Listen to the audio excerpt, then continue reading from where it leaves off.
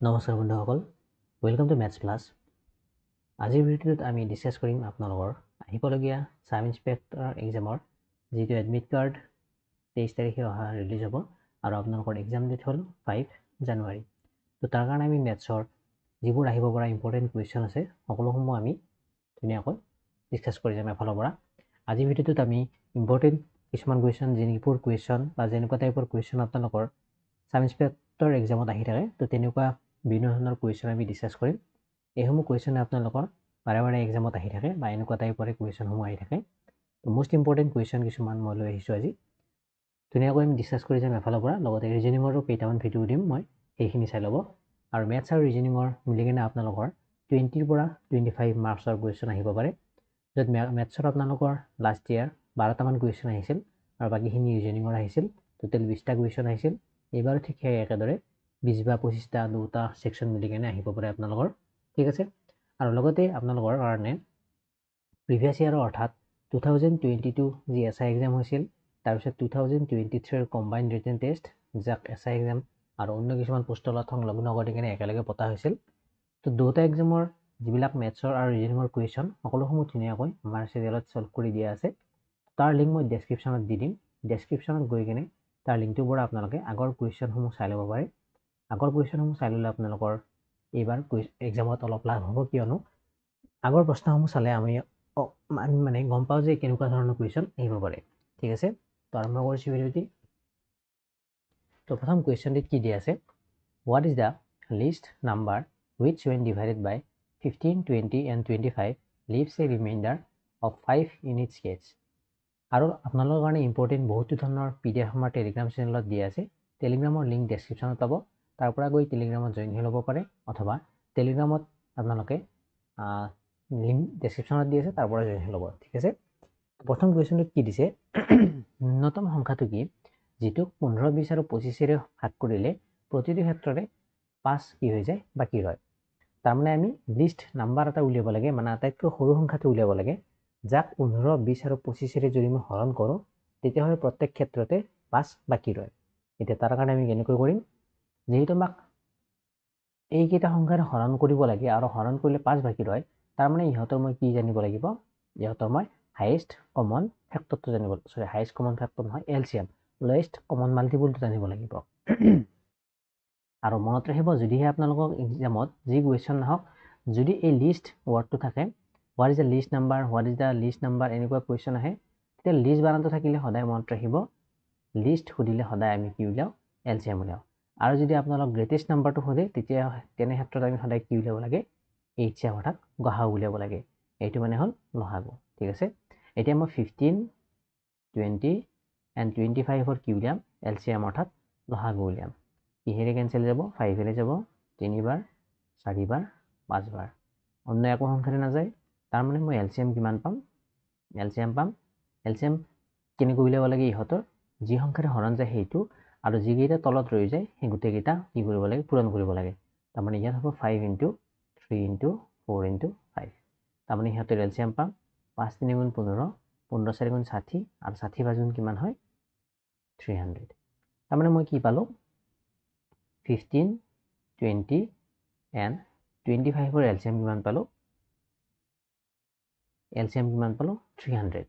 তাৰমানে এই 300টো এনেকুৱা এটা নাম্বাৰ যাক 15ৰে সম্পূৰ্ণকৈ হৰণ যাব, 20ৰে সম্পূৰ্ণকৈ হৰণ যাব, আকৌ 25ৰে সম্পূৰ্ণকৈ হৰণ যাব। কিন্তু আমাক সম্পূৰ্ণকৈ হৰণ যাব নালাগে, আমাক কি হ'ব লাগে, 5 এটা ৰিমাইণ্ডাৰ ৰ'ব লাগে, অৰ্থাৎ 5 এটা বাকী ৰ'ব লাগে। তাৰমানে সেই সংখ্যাটো কি হ'ব, যাক নেকি সম্পূৰ্ণকৈ হৰণ যোৱাৰ ওপৰত 5 এটা বাকী ৰয়। তো এই যিটো সংখ্যা, ইয়াৰ লগত যদি মই +5 কৰি দিওঁ, অৰ্থাৎ 305ক যদি মই ডিভাইড কৰোঁ 15ৰে, কি বাকী ৰৈ যাব, 5 এটা বাকী ৰ'ব, কাৰণ 300ক সেই 15ৰে সম্পূৰ্ণকৈ বিভাজ্য হয়, 305ক হৰণ কৰিলে 5টো আমাৰ বাকী ৰৈ যাব। ঠিক একেদৰে 300ক 20ৰে সম্পূৰ্ণকৈ ডিভাইড হয়, আকৌ 305ক 20ৰে হৰণ কৰিলে 5টো ৰিমাইণ্ডাৰ ৰৈ যাব। আৰু ঠিক একেদৰে 300ক যিহেতু 25ৰে সম্পূৰ্ণকৈ হৰণ যায়, 305ক 25ৰে হৰণ কৰিলে 5টো বাকী ৰৈ যাব। তাৰমানে আটাইতকৈ সৰু সংখ্যাটো কি, যিটো সংখ্যাক 15, 20 আৰু 25ৰে হৰণ কৰিলে 5 বাকী ৰয়, সেই সংখ্যাটো হ'ব 305। অপশ্যন চি, এইটো হ'ব আমাৰ কাৰেক্ট এনচাৰ। এনেকুৱা কুৱেশ্যন একেবাৰে ইম্পৰ্টেণ্ট কুৱেশ্যন, নিশ্চয় আহিব আপোনালোকৰ এক্সামত। আহিছোঁ এতিয়া নেক্সট কুৱেশ্যনত কি দিয়া আছে,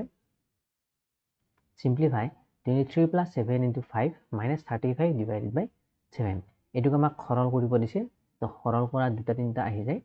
চাই লব সেইকাৰণে বদমাছ ৰুল এপ্লাই কৰি কেনে কৰিব লাগে কি দি আছে 23 plus 7 into 5 আৰু এইটো ব্ৰেকেট দি আছে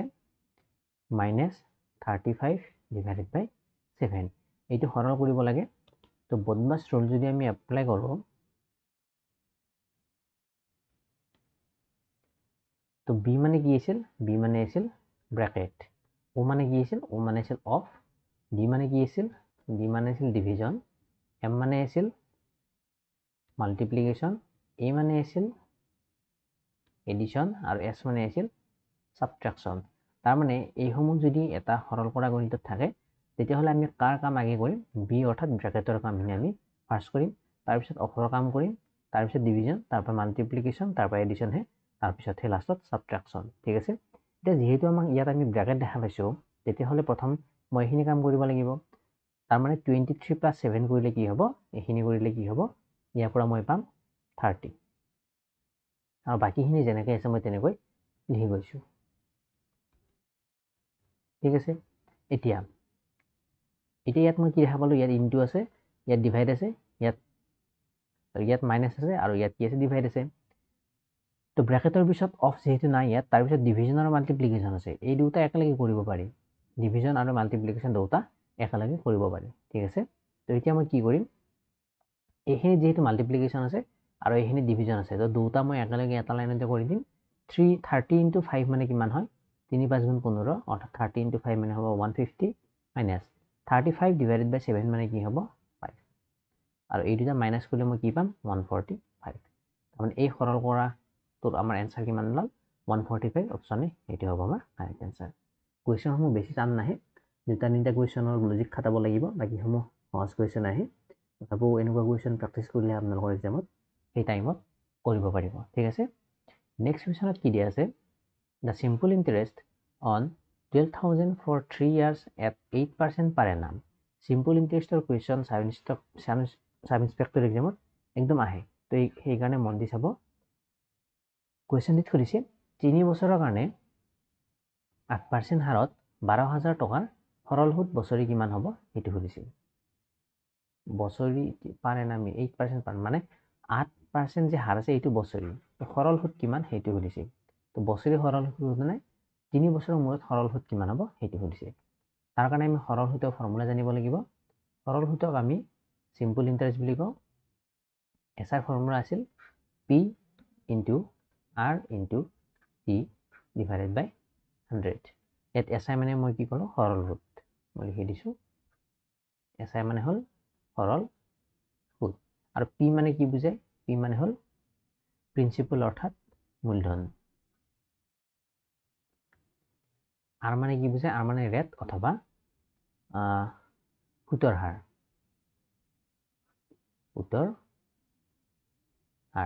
আৰ টি মানে কি বুঝায় টি মানে টাইম অৰ্থাৎ সময় বুঝায় তো এই ফৰ্মুলাটো পুট কৰিলে হল আমাক ইয়াত কি কি দি আছে মই লিখিছো 3 বছৰ দি আছে তাৰ মানে মোক টি দি আছে সময় দি আছে 3 বছৰ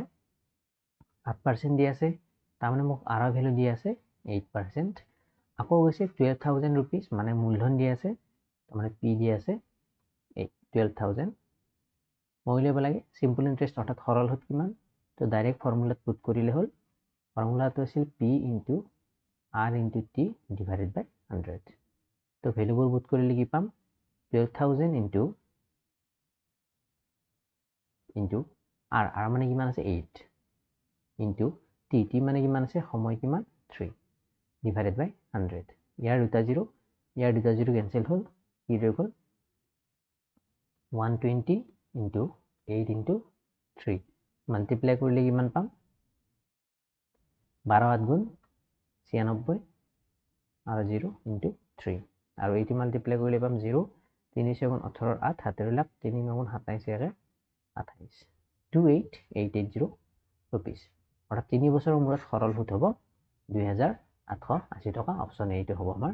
কাৰেক্ট এনসাৰ হল নেক্সট আহিছো ইয়াৰ পিছৰ কুৱেশ্যনত কি দিয়া আছে if the ratio of the ages of two persons is 3:5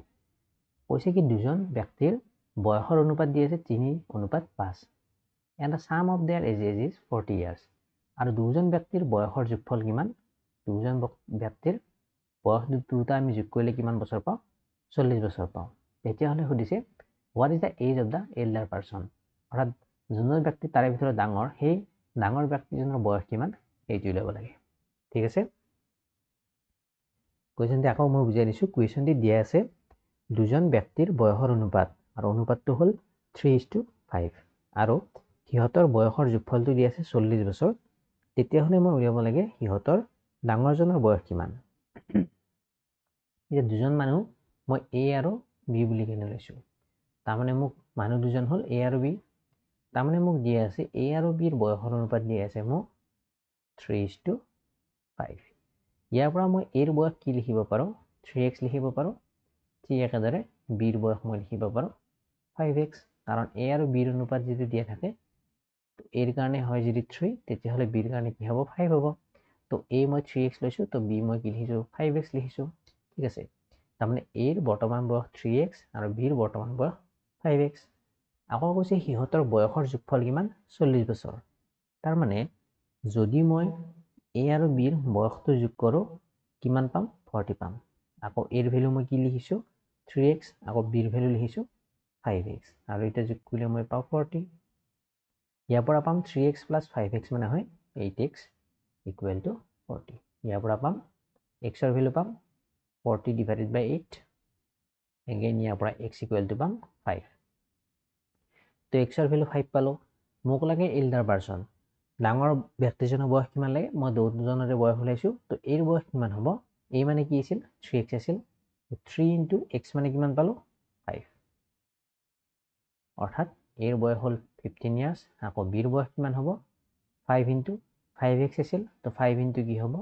5 হ'ব which is equal to 25 years এতিয়া ইহঁতৰ ভিতৰত ডাঙৰ কোনজন ডাঙৰজন হ'ল b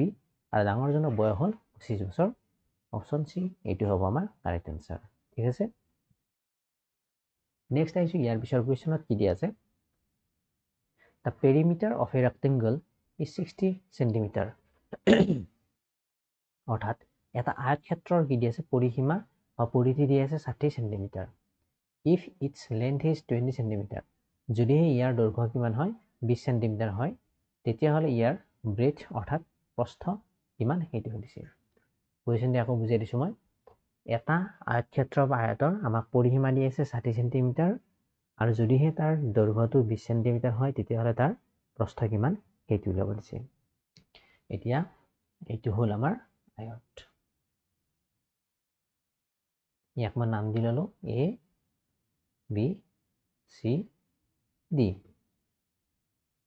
তো ইয়াৰ লেন্থটো হ'ল AB আৰু প্ৰস্থটো হ'ল BC ঠিক আছে এতিয়া ইহঁতৰ এই আয়তৰ আমাক পৰিসীমা দি আছে 60 cm আৰু আয়তৰ পৰিসীমাৰ সূত্ৰটো কি যদি নাজানে লিখি ল'ব আয়তৰ পৰিসীমাৰ সূত্ৰটো হ'ল পেৰিমিটাৰ কিমান 2 হোল ইনটু L + B এতিয়া L মানে কি L মানে হ'ল দিকটো আৰু B মানে হ'ল প্ৰস্থটো 2 whole into length into breadth length plus breadth কৰিলে মই কি পাওঁ এটা ৰেক্টেংগুলাৰ পেৰিমিটাৰ পাওঁ ঠিক আছে এতিয়া মোক পেৰিমিটাৰটো দিয়া আছে প্লাস আৰু মোক দিয়া আছে লেন্থটো দিয়া আছে 20 cm আকৌ মোক দিয়া আছে লেন্থ কিমান দিয়া আছে 20 cm তো দিয়াৰ ফলত মই কি লিখিব পাৰোঁ পেৰিমিটাৰ যেহেতু 60 cm আৰু পেৰিমিটাৰৰ ফৰ্মুলা হ'ল 2 * 2 হোল ইনটু L + B তাৰমানে 2 হোল ইনটু L + B মানে মই লিখিব পাৰোঁ 40 ইয়াৰ পৰা মই লিখিব পাৰোঁ L ৰ ভ্যালু যেহেতু মই জানো 20 cm তো L ৰ ঠাইত মই 20 লিখিব পাৰোঁ B to B লিখিলোঁ 40 ইয়াৰ পৰা মোক লাগে প্ৰস্থ অৰ্থাৎ B ৰ ভ্যালু লাগে তো ইয়াৰ পৰা মই লিখিম 20 + B দুইটো সেইফালে নিলে কি হ'ব 40 / 2 আৰু 40 / 2 কৰিলে মই 20 পাওঁ ইয়াৰ পৰা পাম 20 তাহলে লিখি দিছোঁ 20 + B =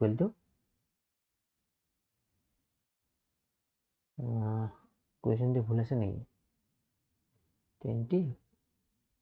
ক'ত ভুল 20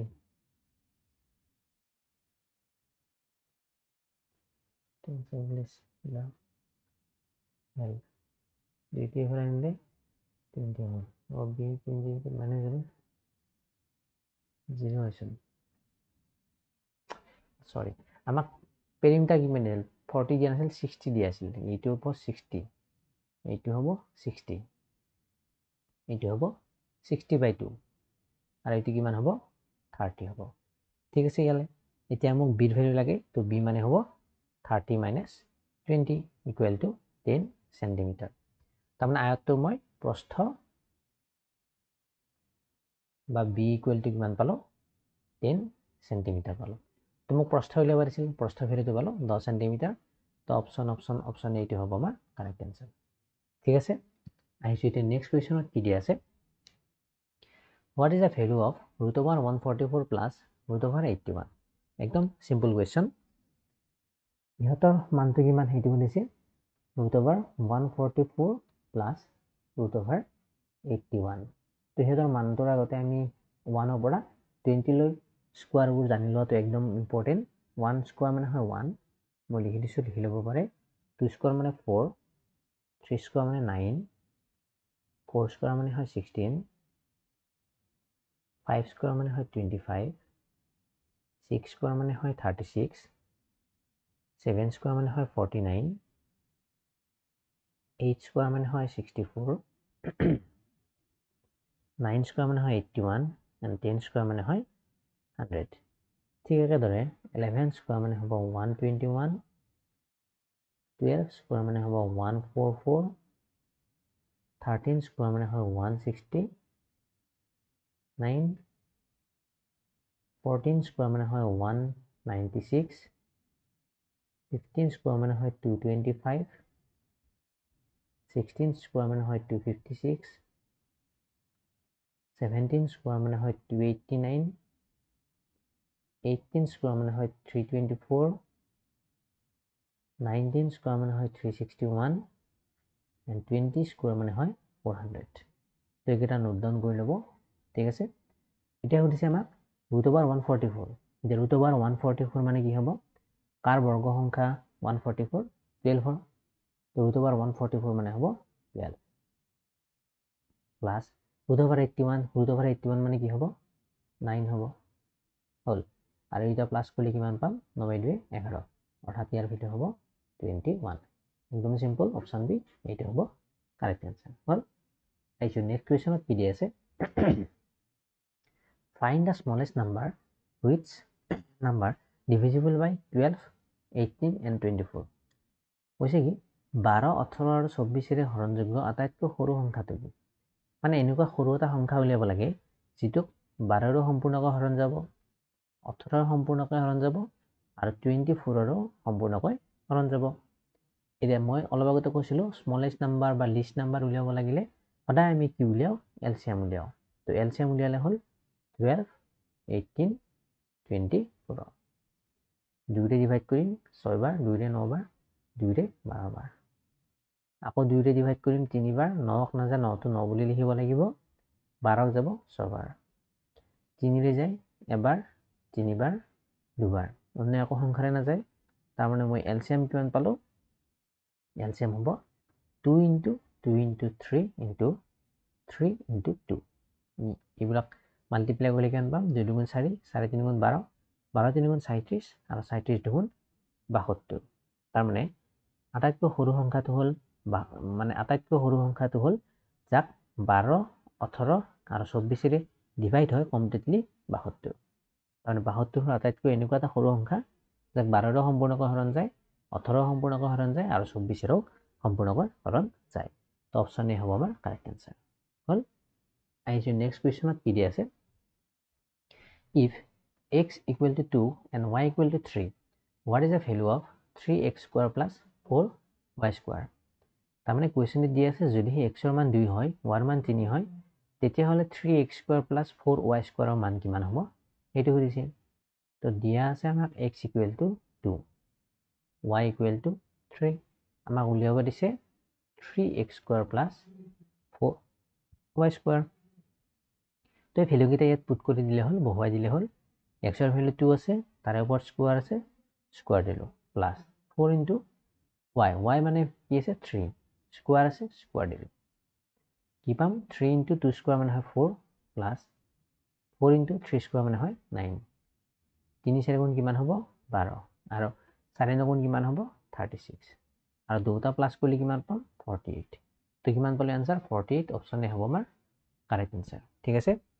আহিছো নেক্সট কোৱেশ্চনত কি দি আছে A man buys 12 apples for rupees 72 A man buys 12 apples for rupees 72 and sells them at 8 apples for 72 what is his profit percentage হৈছে কি এজন মানুহে 12টা আপেল কিনে 72 টকাত আৰু সেই আপেল কিনা বিক্ৰী কৰে কিমান 72 টকাত 8টা আপেল দি কিনে বিক্ৰী কৰে তেতিয়া হলে তাৰ প্ৰফিট পাৰ্চেন্টেজ কিমান হেতু সুধিছে কোৱেশ্চন আকৌ কৈছো মই মানুহ এজনে কি কৰে 72 টকাত 12টা আপেল কিনোতে আৰু বেচোতে কি কৰে সি 72 টকাত 12টা কিনি কিনে 8টা বেচে তেতিয়া হলে তাৰ কিমান টকা লাভ হৈছে আপেলখিনি বেচোতে এইটো সুধিছে ঠিক আছে এটা মানুহ এজনে আপেল কিনিছে কেইটা 12টা আপেল 12টা কিনিছে তো 12টা আপেলৰ লাভ লোকচান মই উলিয়াব লাগিলে প্ৰথমতে মই কি কৰিব লাগিব এই 12টা গোটেই 12টা আপেল মই কি কৰিব লাগিব সেল কৰিব লাগিব তাৰ পিছতহে মই তাৰ লাভ হৈছে নে লোকচান হৈছে মই সেইটো উলিয়াব পাৰিম হয়নে নহয়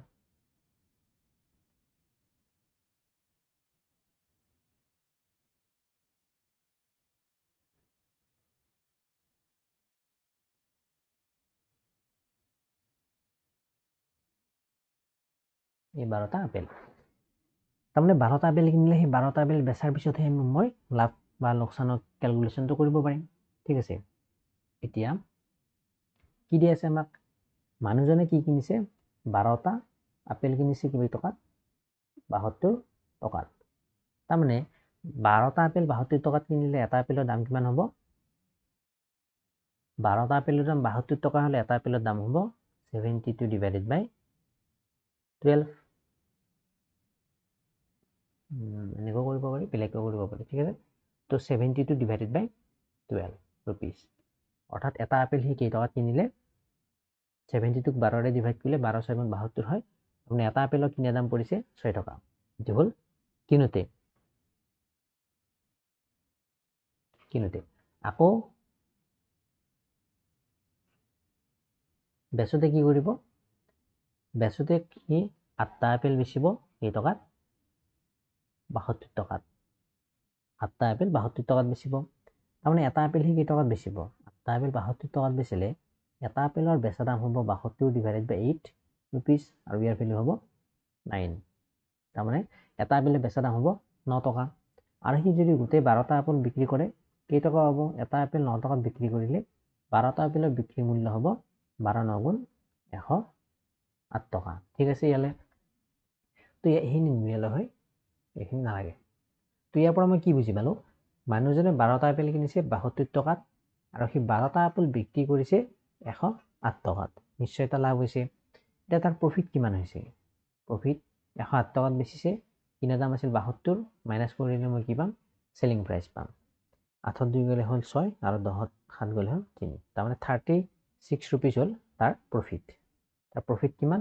37 টকা মোক কৈছে প্ৰফিট পাৰ্চেন্টেজ তো প্ৰফিট পাৰ্চেন্টেজ কিমান হ'ব প্ৰফিট পাৰ্চেন্টেজ উলিয়াবলৈ যেটো প্ৰফিট থাকে সেই প্ৰফিটক মই যেটো কিনা মূল্য হেতুৰে মই ডিভাইড কৰি ইনটু 100% কৰি দিলে প্ৰফিট পাৰ্চেন্টেজ পাও আকৌ কৈছো প্ৰফিট পাৰ্চেন্ট কেনেকৈ পাও যেটো প্ৰফিট বা যেটো লাভৰ টকা যেটো হেতুক যদি মই কিনা দামেৰে ডিভাইড কৰি দিও আৰু ইনটু 100% ৰে মাল্টিপ্লাই কৰো তেতিয়া হলে মই তাৰ প্ৰফিট পাৰ্চেন্টেজ পাও তো 37 ৰে 72 ক ডাইৰেক্টলি দুবাৰ কাটা যাব আৰু 2 ৰে 100 ক 50 বাৰ যাব তাৰমানে তাৰ প্ৰফিট পাৰ্চেন্ট হ'ব 50% মানুহজনে 12টা আপেল বিক্ৰী কৰিলে তাৰ কিমান পাৰ্চেন্ট লাভ হৈছে 50% তাৰ লাভ হৈছে ঠিক আছে আইছো আমি নেক্সট কোৱেশ্চনত কি দি আছে what will be the compound interest on 10000 at 10% per annum for 2 years 10000 টকা এটাৰ চক্ৰবৃদ্ধি সুদ 2 বছৰৰ বাবে বছৰি যদি 10% সুতৰ হাৰ হয় তেতিয়া হলে 2 বছৰৰ বাবে তাৰ চক্ৰবৃদ্ধি সুদ কিমান হ'ব হেতু সুধিছে ঠিক আছে তো মই বেলেগ দুটা ধৰণে কৰি দিম এটা আছে আমাৰ যেটো চক্ৰবৃদ্ধি সুতৰ ফৰ্মুলা হেতু আছিল আমাৰ amount equal to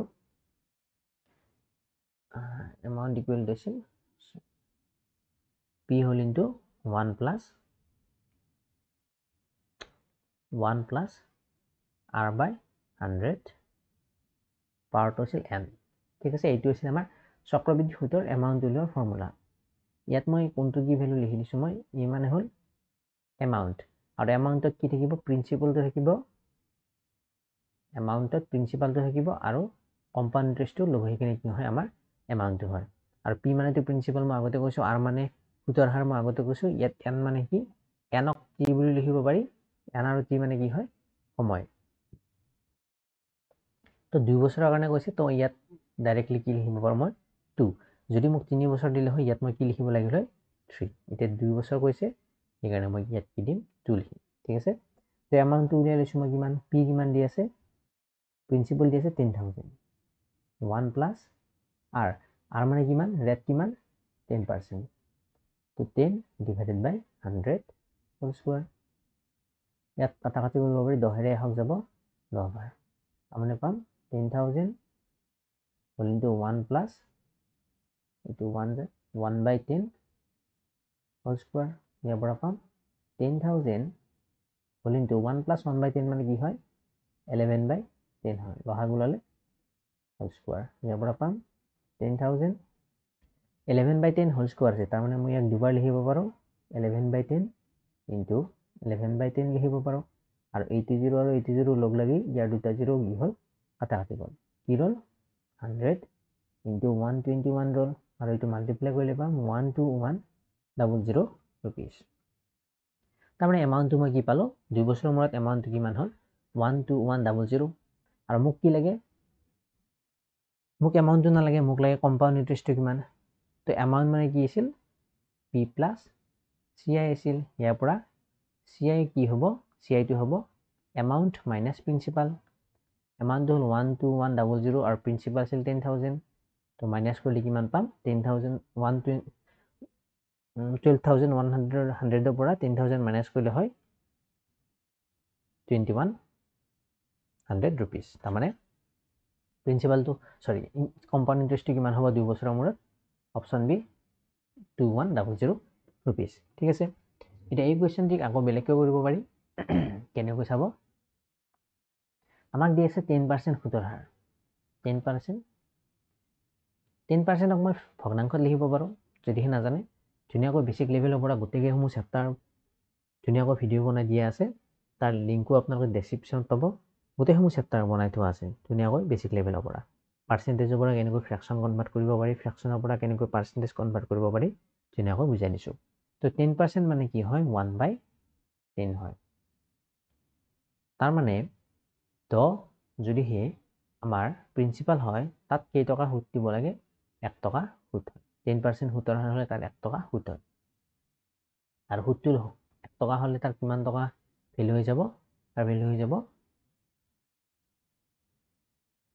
1 টকা বাঢ়ি যাব। মানে 10 টকা প্ৰিন্সিপাল হ'লে সুদটো 1 টকা বাঢ়ি যাব, আৰু বাঢ়ি গ'লে তাৰ ভেলু কিমান হৈ যাব 11 টকা হৈ যাব, 11 টকা হৈ যাব। 1 বছৰৰ শেষত 1 টকাটো ইয়াত সুদটো লগ লাগি কিনে 11 টকা হৈ গ'ল। আৰু নেক্সট বছৰৰ কাৰণে এইটো হ'ল ফাৰ্ষ্ট বছৰৰ কাৰণে, আৰু নেক্সট যিহেতু 2 বছৰ কৈছে, এইটো ছেকেণ্ড ইয়াৰত কি হ'ব, প্ৰথম বছৰৰ যিটো লাষ্টত আমাৰ প্ৰিন্সিপাল আছিল এইটো হ'ল একদম ষ্টাৰ্টিঙৰ প্ৰিন্সিপাল, আৰু প্ৰথম বছৰ শেষ হোৱাৰ পিছত মোৰ প্ৰিন্সিপালটো কিমান হ'ব 1 টকা, সুদটো যোগ হৈ কিনে 11 টকা হ'ব। বা আৰু সেই 10 টকাটোকে আমি আকৌ ছেকেণ্ড বছৰত কি হৈ যাব 11 টকা হ'ব। প্ৰথম বছৰত 10 টকাটো 11 টকা হ'ল, আৰু ছেকেণ্ড বছৰত কি হ'ল মোৰ 10 টকাটো 11 টকা হৈ গ'ল। এতিয়া টোটেল মোৰ যিটো প্ৰিন্সিপাল সেইটো কিমান হ'ব 10 × 10 দুটা মাল্টিপ্লাই কৰিব লাগে, কিমান পাম 100। আৰু ইয়াত ইণ্টাৰেষ্ট এমাউণ্টটো কিমান হ'ব, ইয়াত 11 × 11 মানে কি হয় 121 হয়। আৰু যিটো এইটো প্ৰিন্সিপাল, এই প্ৰিন্সিপালৰ ভেলুটো 100ৰ ভেলুটো মোক কি দিয়া আছে 10,000 দিয়া আছে। 100ৰ ভেলু 10,000, তো 1ৰ ভেলু কিমান হ'ব 10,000 ডিভাইডেড বাই 100, দুটা 0 কেঞ্চেল, তাৰমানে 1ৰ ভেলু হ'ল 100। তেতিয়াহ'লে 121ৰ ভেলু কিমান হ'ব, 121ৰ ভেলু হ'ব 121 ডিভাইডেড বাই 1ৰ ভেলু 100, তাৰমানে 100, তাৰমানে ইয়াৰ ভেলু পাম 12100। এইটো মই কি পালোঁ, এইটো মই এমাউণ্টহে পালোঁ, কিমান টকা ইনক্ৰিজ হৈছে, যিমান টকা ইনক্ৰিজ হৈছে সেই টকাটো কি কম্পাউণ্ড ইণ্টাৰেষ্ট, কাৰণ তাৰ ওপৰত ইণ্টাৰেষ্ট লাগি কিনে এইখিনি বাঢ়ি গৈছে। 100 টকা যাই কিনে 121 টকা হৈছে, তাৰমানে কম্পাউণ্ড ইণ্টাৰেষ্ট তাত কিমান লাগিছে 21 টকাৰ কম্পাউণ্ড ইণ্টাৰেষ্ট লাগিছে। তো ইয়াত মই 121 ৰ ভ্যালু নিলিয়াই কেনে ডাইৰেক্ট মই 21 ৰ ভ্যালু উলিয়ালে হ'ল 21 ৰ ভ্যালু হ'ব 21 * 100 আৰু ইয়াৰ ভ্যালু হ'ব 2100 এনেকৈ কৰিব পাৰি এনেকৈ কৰিব পাৰি যেটো সহজ পায় এটো মতে কৰিলে হ'ল ঠিক আছে আহিছে নেক্সট কোৱেশ্চনত কি দিয়া আছে in a class of 50 students the average marks are 72 এটা ক্লাস যত নেকি 50টা স্টুডেন্ট আছে তার এভারেজ নাম্বার হল গোটেই ক্লাসটোৰ এভারেজ নাম্বার হল 72 if one student scored 80 marks what is the total sum of marks scored by the others কোৱেশ্চনত কৈছে কি 50 জনীয়া এটা শ্ৰেণী উঠা আৰু সেই শ্ৰেণী উঠাটোৰ গড় নাম্বাৰ কিমান 72 সেই 50 জনৰ ভিতৰত এজন ছাত্ৰই লাভ কৰে 80 নম্বৰ 80 নম্বৰ লাভ কৰা ছাত্ৰজনক বাদ দি কেনে বাকি সকলে লাভ কৰা মুঠ নম্বৰৰ যোগফল কিমান এটো সুধিছে ঠিক আছে এতিয়া আমি এভাৰেজ চেপ্টাৰটো পঢ়োতে আমি কি পাইছিলো number of অবজাৰভেশন into average equal to মই কি পাও সাম পাও তাৰ মানে নাম্বাৰ অফ অবজাৰভেশনক বা যিমানটা মানুহ আছে বা যিমানটা বস্তু আছে তাক যদি মই সেই বস্তুকেইটাৰ এভাৰেজ অৰ্থাৎ গড় সংখ্যাটোৰে পূৰণ কৰি দিও তেতিয়াহলে কি পাম মই হিহঁতৰ যোগফল পাও এতিয়া গোটেই ক্লাছটোত ষ্টুডেন্ট সকলে লাভ কৰা নম্বৰৰ যোগফল কিমান হ'ব কিমানজন ষ্টুডেন্ট আছে 50 জন ষ্টুডেন্ট আছে আৰু 50 জনৰ গড় এভাৰেজ কিমান 72 তাৰ মানে গোটেই ক্লাছটোত লাভ কৰা নম্বৰৰ যোগফল কিমান হ'ব 50 * 72 মাল্টিপ্লাই কৰিলে কিমান পাম 2 5 গুণ আকৌ 10 শূন্য 7 হ'ল 1 2 7 গুণ 35 1 36 গোটেই ক্লাছটোৰ নম্বৰৰ যোগফল হ'ল 3600 আকৌ ইয়াৰ ভিতৰত এজনৰ মাৰ্কটো আমাক দিয়া আছে এজনৰ মাৰ্কটো হ'ল 80 নম্বৰ আৰু সেইজনৰ মাৰ্কটো বাদ দি কেনে আমাক যোগফল কিমান সুধিছে আৰু সেই কাৰণে মই সেই 80 নম্বৰ পোৱাজন ইয়াৰ পৰা মাইনাস কৰি দিছো মাইনাস কৰিলে কিমান পাম 3520 আমাৰ আনসাৰ হ'ব আমাৰ 3520 এটো হ'ব কাৰেক্ট আনসাৰ বুজি পালে গোটেই ক্লাছটোৰ সামটো হে 3600 পালো 80 নম্বৰ পোৱা ছাত্ৰজনক বাদ দি কেনে আমাক যোগফলটো কিমান সেইটো সুধিছে ইয়াত বাকি সকলে বুলি কৈছে বাকি হলে লাভ কৰা মুঠ নম্বৰৰ যোগফল হল দেখাইছো নেক্সট কোৱেশ্চনত কি দিয়া আছে A shopkeeper sold an item for 2500 at a loss of 20%. এজন দোকানী কি কৰিলে 20% লোকসানত 2500 টকাত বস্তু এটা বিক্ৰী কৰিলে তেতিয়াহলে হৈছে what was the cost price of the item বস্তুটোৰ ক্ৰয় কৰা মূল্য কিমান আছিল হেতু উলিয়াব দিছে ঠিক আছে মোক ইয়াত কি দি আছে বস্তু দোকানীটোৱে বস্তুটো 20% লোকসানত 2500 টকাত বিক্ৰী কৰিছে তাৰ মানে মই জানো বেচা দাম অৰ্থাৎ সেলিং প্ৰাইস দি আছে মোক সেলিং প্ৰাইস কৈছে 2500 আৰু 20% লোকসানত বেচিছে অৰ্থাৎ লস পার্সেন্টেজ দি আছে মোক লস পার্সেন্টেজ কিমান কৈছে 20% ঠিক আছে ইয়ালে মই ল'ব লাগে সিপি কিমান কস্ট প্ৰাইস কিমান হেতু ল'ব লাগে হল এতিয়া লস পাৰ্সেন্টেজ অৰ্থাৎ 20% দিয়া আছে আৰু 20% মানে ফ্ৰেকশনত ভগ্নাংশত কি হয় 1/5 হয় তাৰ মানে বস্তুটো যদি মই 5 টকাত কিনো তাত 20% লস কৰি বিকিব লাগিলে 5 টকাৰ পৰা 1 টকা কমি যাব 4 টকাত মই বেচিব লাগিব তেতিয়া হে মোৰ কি হয় 20% লস হয় বেলেগ কৰি দিম তাৰ বেলেগ নিয়মত প্ৰথমতে এটো চাব এটো বেছি সহজ হয় 20% মানে 1/5 বেছিল আৰু যেটো ফ্ৰেকশন পাও প্ৰফিট এণ্ড লসৰ কোৱেশ্চনত এই ফ্ৰেকশনৰ তলৰটো সদায় কি বুজায় তলৰটো সদায়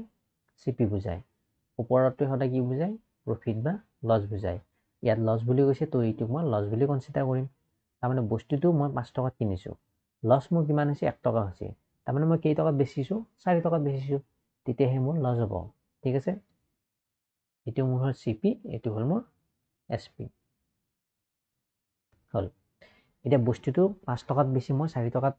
5 টকাত কিনি মই 4 টকাত বেচিলে মোৰ 20% লাভ হয় সৰি লস হয় এতিয়া মোক ইয়াৰ ভ্যালু দিয়া আছে মোক ইয়াৰ ভ্যালু এসপি ৰ ভ্যালু দিয়া আছে কিমান 2500 তাৰ মানে ইয়াত যে 4 টো লিখিছো এইটো নাম্বাৰ 4 নহয় এইটো হল 4 ৰেশিও 4 ৰেশিওৰ ভ্যালু মোক দিয়া আছে 2500 মই ল'ব লাগে কস্ট প্ৰাইসৰ ৰেশিও কিমান 5 তাৰ মানে মই ল'ব লাগে 5 ৰেশিও কিমান 5 ৰেশিও জনাৰ আগতে বা উলিয়াৰ আগতে মই আগে 1 ৰেশিও কিমান হেতু উলিয়াব লাগিব 1 ৰেশিও মানে হ'ব 2500 ডিভাইডেড বাই 4 তাৰ পিছত মই 5 ৰেশিও উলিয়াব পাৰিম 5 ৰেশিও হ'ব 25 00 divided by 4 into 5 দুইৰে মাল্টিপ্লাই কাটাকাটি কৰিলে দুবাৰ যাব দুইৰে কাটাকাটি কৰিলে 1250 হ'ব আকৌ দুইৰে ইয়াক যায় 6 বাৰ আৰু 25 বাৰ তাৰ মানে 5 ৰেশিও মানে হ'ব 625 into 5 আৰু পূৰণ কৰিলে কি পাম 25 ৰ 5 7 2 5 2 10 12 1 530 3125 ঠিক আছে তাৰ মানে বস্তুটো মই কিমান টকাত কিনিছো 3125 টকাত কিনিছো আৰু যদি হে 2500 টকাত বিক্ৰী কৰো তেতিয়া হে মোৰ 20% লছ হয় অপচন বি টো হ'ব আমাৰ কাৰেক্ট আনসাৰ হল এটা আকৌ ইয়াক বেলেগ ধৰণে কৰিব পাৰি কেনেকৈ চাব ধৰিলো মই বস্তুটোৰ কষ্ট প্ৰাইস কিমান 100 কষ্ট প্ৰাইস মই 100 ললো আৰু বস্তুটোৰ লছ কিমান হয় 20% হয় তো কষ্ট প্ৰাইস 100 হলে লছ যদি 20% হয় তাৰ মানে লছ কেই টকা লছ হ'ব 20 টকা লছ হ'ব 100 টকাত কিনি 20 টকা লছ হলে মোৰ কেই টকাত বেচিছো মানে 100 টকাত কিনি যদি 20 টকা লছ কৰো মানে মই বেচিছো 80 টকাত ঠিক আছে 80 টকাত বেচিছো আৰু এই 80 ৰ ভ্যালু মোক কিমান দি আছে 80 ৰ ভ্যালু মোক দি আছে 2500 এই এসপিজি পালো মই 80 টকা এই এসপি ৰ ভ্যালুটো 2500 দিয়া আছে তাৰমানে 80 এইটো ডাইৰেক্ট 80 নহয় এইটো 80 ৰেশিও ললো মই 80 ৰেশিওৰ ভ্যালু দি আছে 2500 তাৰমানে 1 ৰেশিওৰ ভ্যালু কিমান পাম 2500 divided by 8 sorry 80 0 0 cancel 8 3 250 কেইবাৰ যাব 8 3 গুণ 24 কমপ্লিটলি ডিভিজিবল নহয় তো এইটো মই এনেকৈ ৰাখিছো 250 divided by 8 বুলি ৰাখিছো এটা মোক কি লাগে কষ্ট প্ৰাইস লাগে কষ্ট প্ৰাইসৰ ৰেশিও কিমান আছিল 100 কষ্ট প্ৰাইসৰ ৰেশিও 100 তাৰমানে মই 100 ৰেশিও উলিয়াম তো 100 ৰেশিও মানে কিমান হ'ব 250 divided by 8 into 100 4 ৰে যাব 25 বাৰ 4 ৰে যাব দুবাৰ আকৌ 2 ৰে যাব ইয়াক 125 বাৰ ইয়াৰ পৰা মাল্টিপ্লাই কৰিলে আকৌ 3125 পাও তো এই দুইটা ধৰণে কৰিব পাৰে যেটো সহজ পায় হেতু মতে কৰিলে হ'ল আনসাৰ একে ওলাব ঠিক আছে আজি নেক্সট কোৱেশ্চনত কি দিয়া আছে solve 12 plus 4 into 3 minus 6 divided by 2 এটো সমাধান কৰিব দিছে এটো নিজে কৰিব পাৰিব কমেন্ট বক্সত আনসাৰটো জনাই দিম ঠিক আছে নেক্সট কোৱেশ্চন আহিছো কি দিয়া আছে The area of a circle is 154 cm. Find its radius. এটা বৃত্তৰ এৰিয়া দি আছে আমাক